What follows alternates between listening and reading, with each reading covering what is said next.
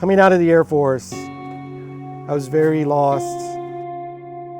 It was right after Afghanistan, right after 9/11. There was some PTS issues going on.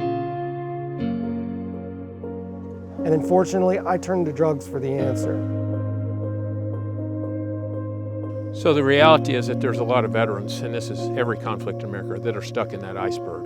Fractured families, veterans with post-traumatic stress, traumatic brain injury, moral injury, military experiences that have precipitated adverse childhood experiences. Many of those veterans below the waterline of the iceberg have alcohol use dependency or substance use dependency.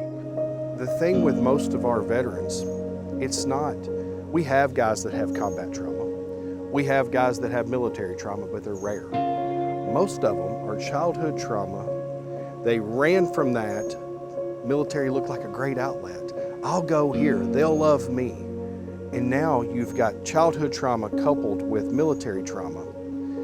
And by the time they get to us, their rucksack of trauma is full. And I don't know that America understands the struggles that these guys have.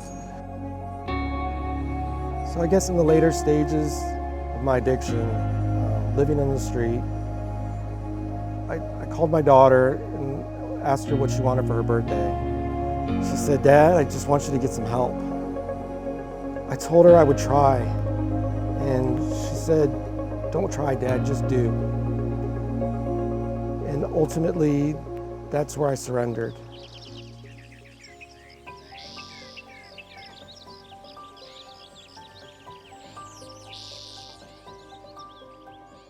Our premise at the National Center for Healthy Veterans is that our veterans are an untapped national treasure.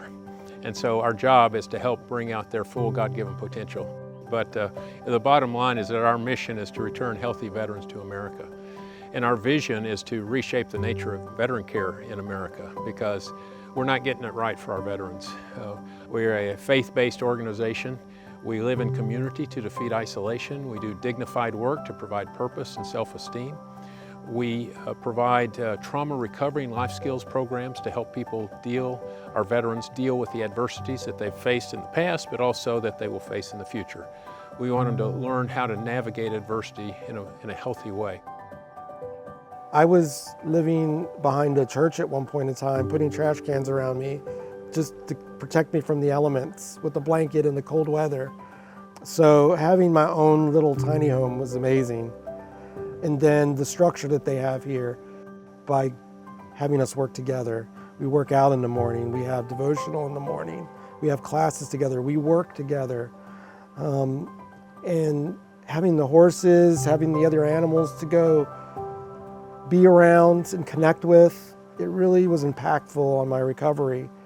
It gave me the confidence that I needed to know that, hey, you can handle this recovery, you can do this, you can live life, you can be happy. John is just one example of so many guys that have come through our program that everybody would have given up on.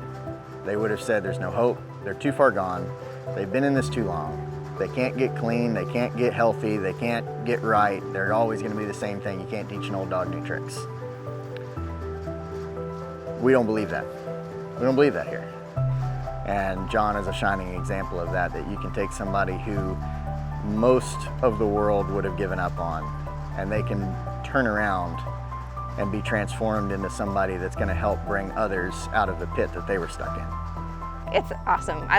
That's the part about my job that I love, is being able to see veterans like John who come in with like a lack of confidence or a piece missing that we know, like we as the staff see the potential, and then to see it on the other side, it's a victory.